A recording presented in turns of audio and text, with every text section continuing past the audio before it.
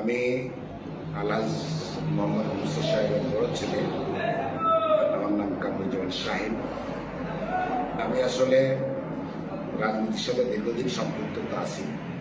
যেহেতু আমার বাবা এই আসন থেকে মনোনয়ন প্রত্যাশী ছিলেন, তো উনি আপনারা অবগত গত 4 অক্টোবর রাত 3:28 উনি আমাদের পরিবার ছেড়ে এই মানুষের ছেড়ে সারা এই দুনিয়া থেকে চলে গেছেন। এখন স্থানীয় মানুষের আমার বাবা 3বার ইউনিয়ন পরিষদের চেয়ারম্যান ছিলেন, 1বার উপজেলার চেয়ারম্যান ছিলেন। আমার বাবার একটা স্বপ্ন ছিল যে আগামীতে জাতীয় সংসদ নির্বাচন করার।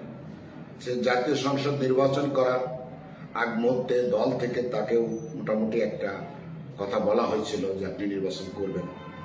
তো তার আগে তো উনি চলে গেলেন আমাদের মাঝ থেকে। এখন স্থানীয় যারা ভোটার, সাধারণ জনগণ, তাদের দাবি যে এই মুসাবার বড় ছেলে আমাদের মাঝে আসতে হবে। তো আমি সেই মানুষের ডাকে সাড়া দিয়ে আমি টোটাল এখনো পর্যন্ত 17টা ইউনিয়ন, একটা পৌরসভা, আমি ইতিমধ্যে মানসিক সব দুয়ারে না পৌঁছাতে পারলে কিছু মানুষের কাছে পৌঁছাইছি।